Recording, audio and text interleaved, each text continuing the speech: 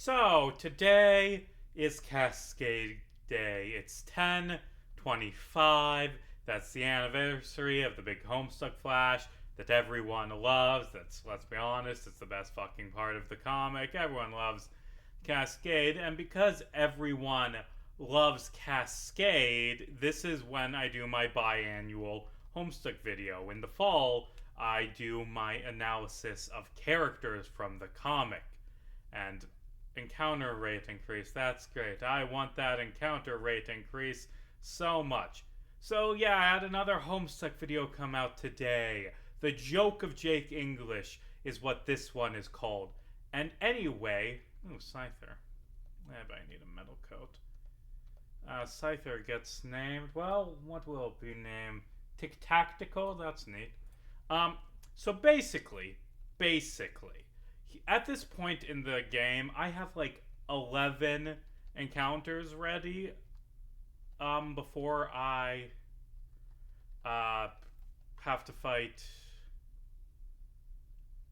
Yeah, that's fine. I have 11 different encounters. I just did 2 of them. I can actually do another one here in this pond. I have so many different opportunities to get Pokemon. Also, I have a bunch of new comments. These are Nuzlocke vlogs where I respond to comments while playing a Pokemon game. I can respond to so many different comments because I got a bunch of day 1 comments on this new video on Jake English. So I'll be talking about the Jake video and responding to comments. And I'm just going to start pulling up the comments. Let's pull up the comments. First off, I kept kind of close to my chest. I think I will start doing this for Homestuck videos. I kept what I was going to be doing as the video subject a little bit of a mystery. I called it Homestuck Video 7. What I did for my thumbnail was a very distorted picture of Jake English, which, by the way, it's a picture of Jake English. You could have figured it out. It's just, distorted and color inverted, and no one really figured that out. One person, what's you gonna be named? Because I got all these.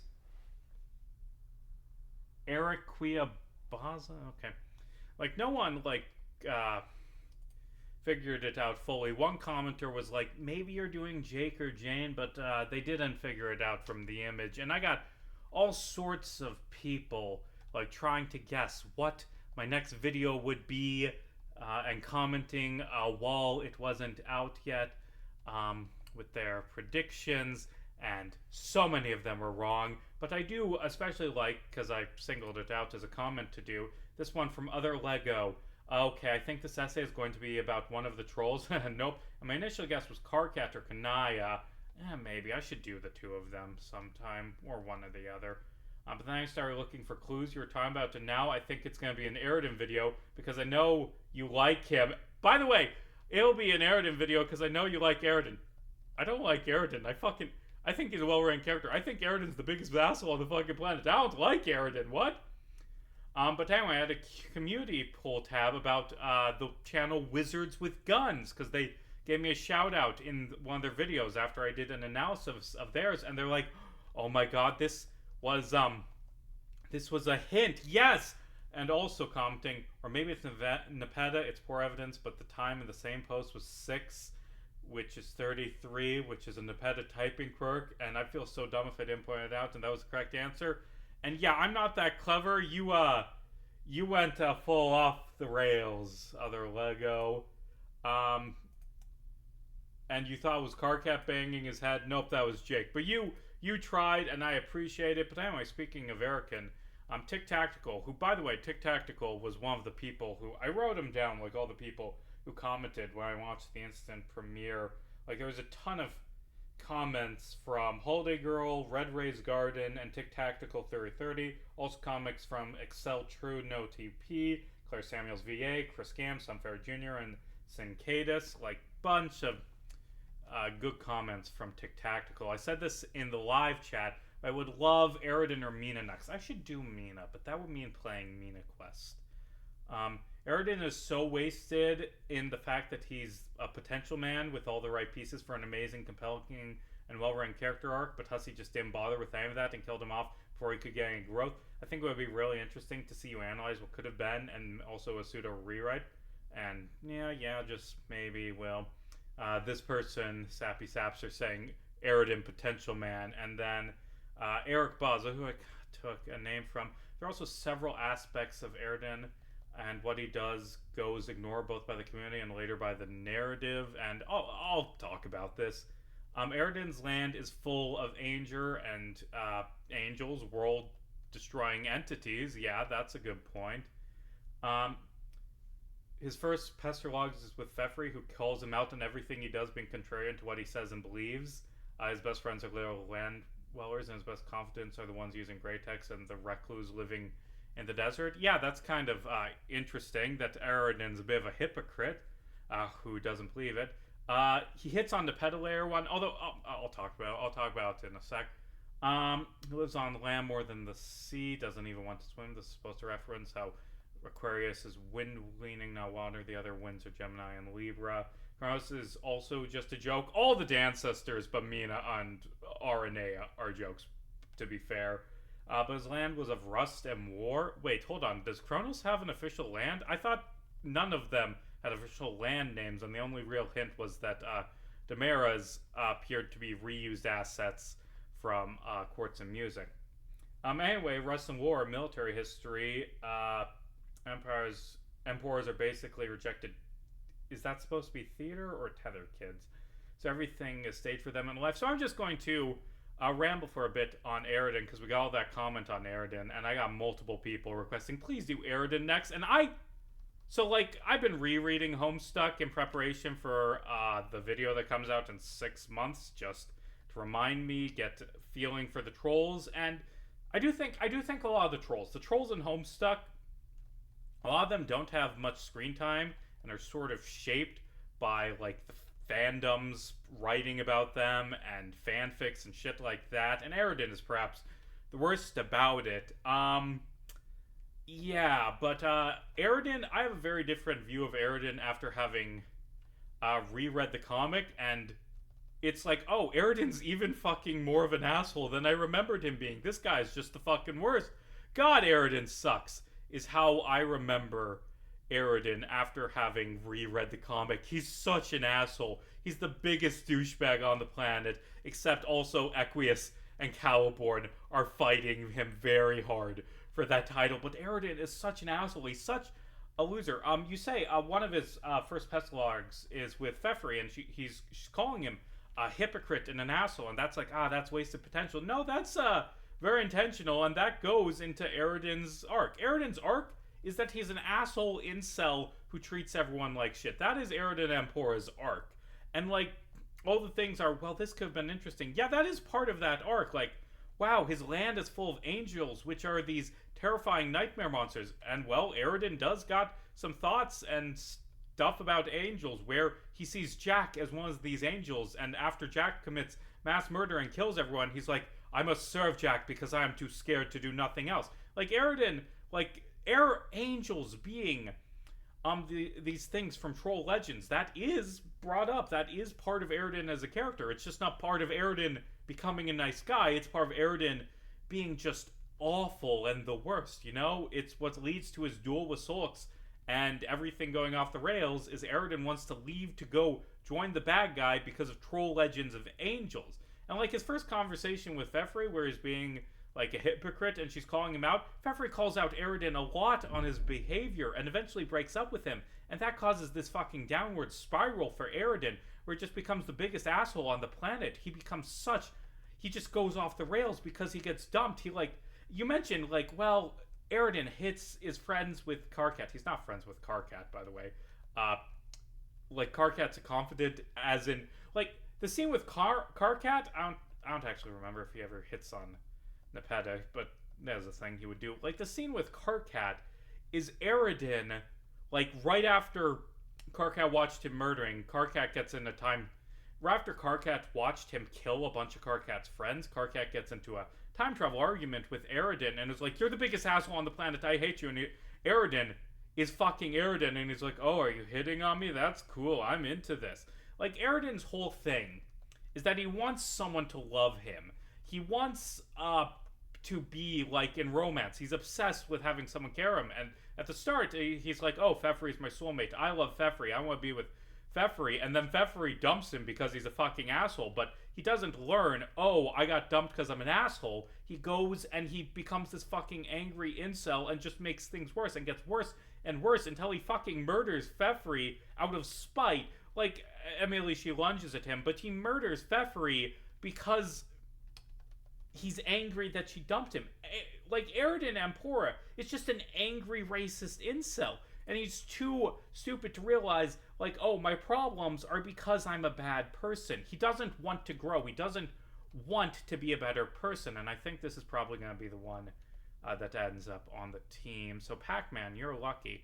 Like, Eridan, like, character growth isn't always them becoming better people. Sometimes it's characters becoming worse. Sometimes it's their flaws becoming more magnified. And that's kind of the story with Eridan, where Eridan was already an asshole, but he gets worse and worse and becomes an even bigger, horrible person as the story goes on because he doesn't want to change. He doesn't want to be a good person. He doesn't want to stop being a racist asshole because, like, honestly, a lot of racists, he likes racism because it puts him high up in the hierarchy and he likes feeling superior to other people.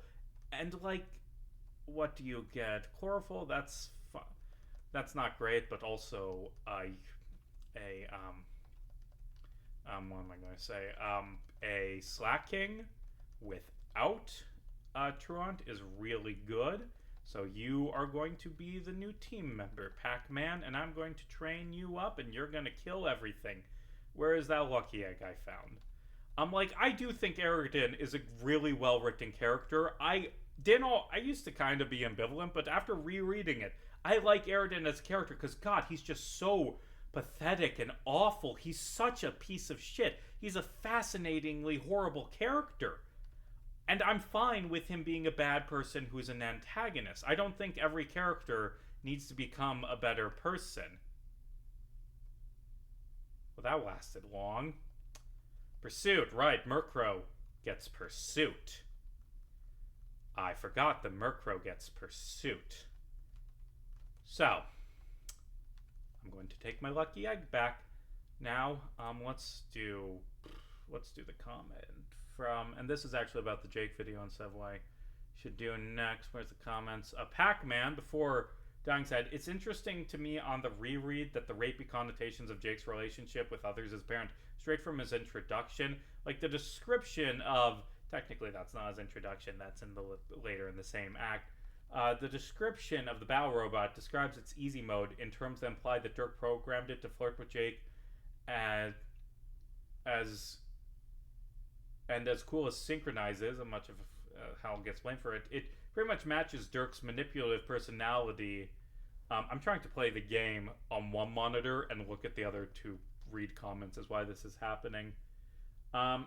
Manipulative personality and try to get to Jake. It's easier in retrospect to see Dirk getting into a relationship with Jake is just another example of people with stronger senses of self than Jake has taking over and manipulating him. And I like that the epilogues take that seriously, for as much as I'm always worried about Homestuck's ability to follow through on such a serious plot. Yeah, I like Jake in the epilogues. I like his horrible, horrible relationship with Dirk in the epilogues. And I did, like, so much of that video that came out today as me, like, Jake is metaphorically and a few times literally like a rape victim in the comic. He's a character that gets reduced to his body and other characters lust for him and just treated like shit because of that. And I think that's fascinating. And I think how different, like, stories in the Homestuck, like, both official and, like, in fan adaptations, like, try and deal with Jake's a character that doesn't have any agency in his life. Jake is a character that's treated like shit. What do we do with this? How do we make this character interesting? I think that's a really fascinating writing challenge, is how both Beyond Canon and Double Death of the Author tried to deal with how Jake is treated like that and make him an interesting character. And I did talk about a lot of that Pac-Man stuff in the video. And let's get another one. Let's get another comment. Poliwag. Okay. Holiday Girl gets... That's not really an interesting comment I would normally choose, but Holiday Girl had a bunch of really good, insightful stuff during the live chat, so That's why you're getting in. Holiday Girl with that Novel PFP. Noel Holiday PFP or Holiday Gur. Your Holiday Gur. But yeah, I'm working on a video about Homestuck. And basically, if you haven't seen the Jake video, first off, go watch it. Give me that ad revenue. Give me that engagement. It ends with me. I'm not going to spoil it. I'm going to make this one another mystery, but I show a bunch of potential. Oh god, Snowrunt is so fucking cool in this game. Holy shit. Like, I'm sorry, but god, I wish I could get a Snowrunt just because I don't even like Glalie that much, but I would use it if it had that color scheme.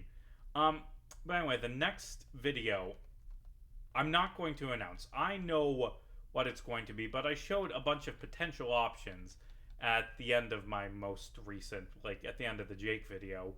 And I basically, it's going to be, my next one's a video about the trolls. And I showed a bunch of different trolls options with hypothetical titles. If I remember correctly, the ones I chose were the Aura of Aradia Megado, the Suffering of Solix Captor.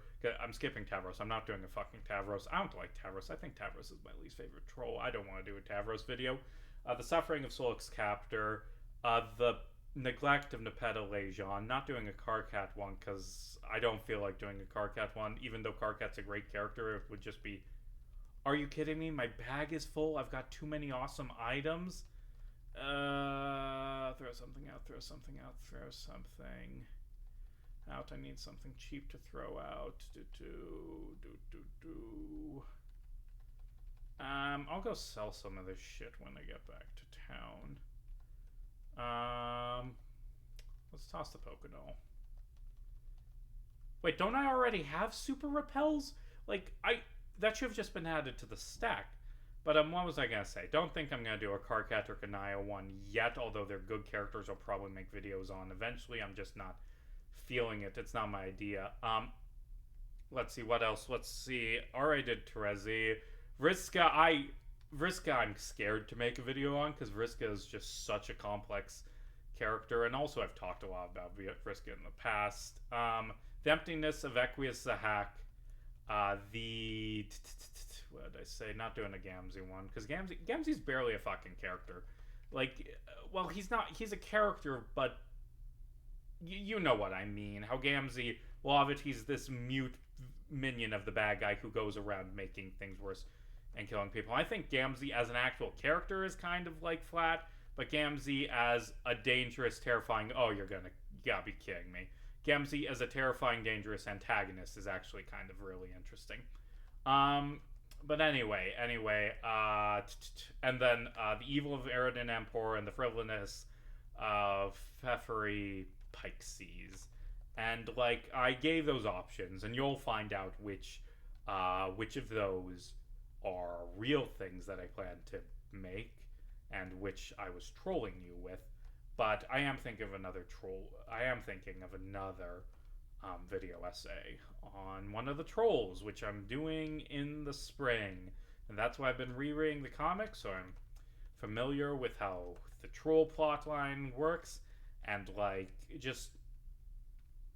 I think a big thing based on the character I'm actually going to choose is, I think a thing that Homestuck fans miss sometimes is that Homestuck characters aren't real. They aren't people. They aren't characters who deserve better or worse or are treated badly. They're props in a narrative. They're characters who exist to tell a story, and sometimes that story is Eridan was an asshole who killed Pfeffery because she dumped him. Sometimes it's a story about like an angry incel who feels obligated, who feels like he is owed a girlfriend. Sometimes that's a story, and I'm okay. Like, it's not wasted for potential for a character to be a bad guy, is what I think. It's okay for Eridan to be, as I've described him in the past, incel von racist prick. And actually, I did enjoy Eridan more as a character I had kind of been ambivalent on in the past. I enjoyed him more in the reread because it's just really cementing in how much of a fucking loser this guy is. Like, his first introduction is like calling Kanaya up to say, Kanaya, Vriska's being mean to me. Ooh. And then the next time we see him, it's like him getting dumped by Pfeffery. And like, I don't think the fact that he's horny all the time and keeps hitting on people makes him a better person or downplays how bad he is, as some fans would assume. And I skipped this route last time because I didn't have comments, so let's do another one. And this is going in with what we're talking about. I'm on Team Fefre video next. I feel like a lot of people glaze her undeservedly. I don't know what you mean by glaze undeservedly, but I do think Fefre is a character that isn't super important to the original story and is kind of a minor character. And I was never big on Fefre because of how unimpactful she was as a character, but actually reading the comic and making my opinion based on what the story actually says instead of like on fanfic and what I remember the story being when I first read it 10 years ago, I kind of like Fefre more now. I enjoyed rereading Fefre's bits because she's a very fun character. She's just very nice and excitable, and like when the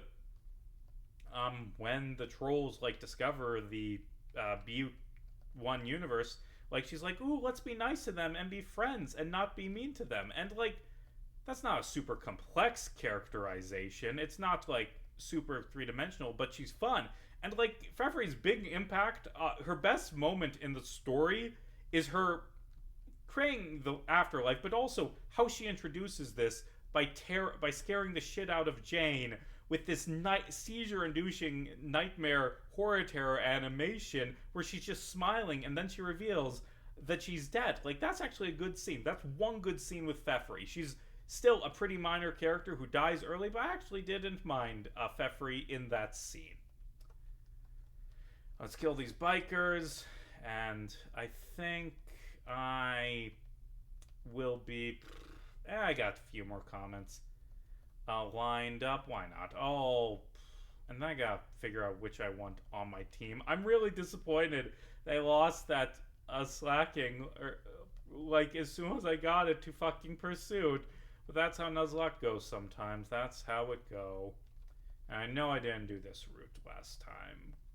I did the other 2 parts of this 4-part route last time. Yeah. So let's do a love disc, really. You get in the timer bar. Let's see. Commenter on video says,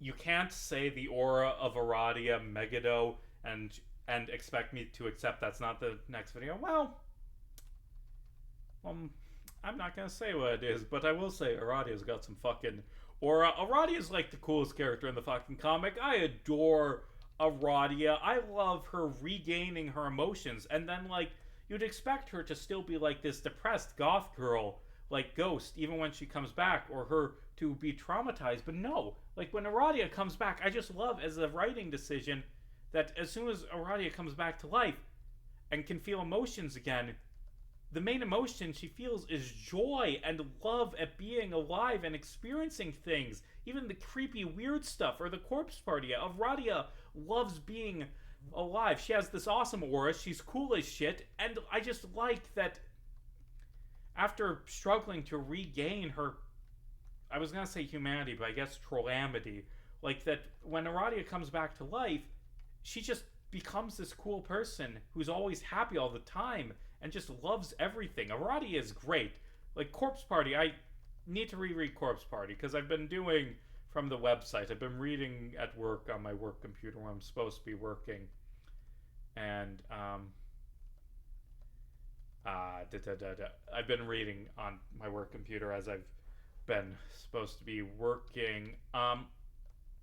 Like, I completely lost my train of thought. Like, so I haven't gone to Corpse Party yet, but I remember Aradia is so fun in Corpse Party. See, she's such a fun character. And also, so like, a lot of the trolls kind of get sidelined. Most of them get killed off. And I feel like Aradia fits into the category of the trolls that got sidelined. Because, yes, she comes back to life. Yes, she's a god tier. But she does exit the story to go be a psychopomp and, like, guide people through the ending through the afterlife. But I mean, hey, she's still appearing at the end of the story. She has very not impactful but memorable in the final flash of her flying by the black hole. XL True No TP, another one who was great in my uh, live chat. Have you by a chance seen that one Eridan Love Murdered? No, haven't seen it. Um, and I'm worried about Tumblr essay, which originates, gets kind of conspiracy theorist at times. A lot of Tumblr fans are weird about Eridan. Um, Also because of how I pronounce Dirk. Lil Durk. I don't. Do I say Dirk? I'm saying Dirk, Dirk, Dirk, Dirk. Okay, admittedly, I've been doing interchangeable on Dirk and Dirk. Um, so Dirk as in like Dirk Strider with an I, and Dirk as in the character from Ace Attorney, Apollo's dad. Those are technically spelled differently, and I do actually think they're pronounced a little bit differently. Um, have I been pronouncing that weird? I don't know. By the way, because of like awkward schedule, I needed to cover something at noon, and it was a 20-minute drive. And just because of that, I drove to that place early, and I sat there and I watched the video and did the live chat, like while I was waiting for a bags tournament to cover. I was going to cover to start.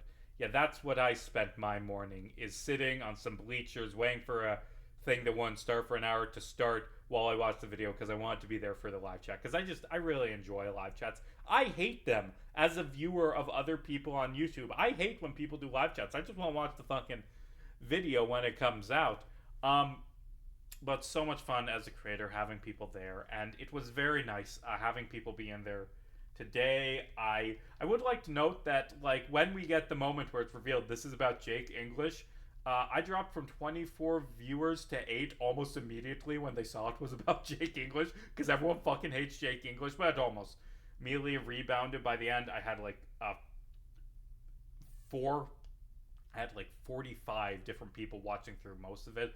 By the end, I think it jumped, like in the last couple minutes, to 112. Like, that's incredible when you think about, to have that many people care about, and that's like small by YouTube standards. I'm not a big YouTuber, but people care about my work, and they make fucking conspiracy board like Pepe Sylvia about how I posted something at 6 p.m., which means the PETA, because 3-3, and I love that people care about what I have to say about this weird comic that touched our lives. And I will see you again in April when I talk about someone from the comic. I'm going to be talking about Act 5 a lot. Going to be talking about the trolls. But see you then.